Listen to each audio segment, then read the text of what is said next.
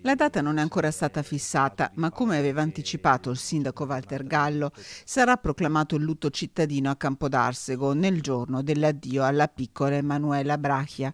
11 anni, la giovanissima studentessa di prima media era stata investita lunedì verso le 19 in via Pontarola, nella frazione di Reschigliano, da un 36enne di Santa Maria di Sala nel Veneziana.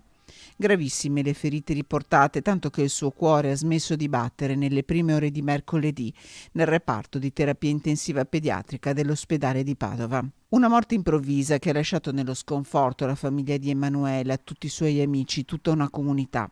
Ancora da fissare la data del funerale, che per volontà della famiglia si svolgerà nella chiesa di Reschigliano, la frazione in cui Emanuela è nata e cresciuta.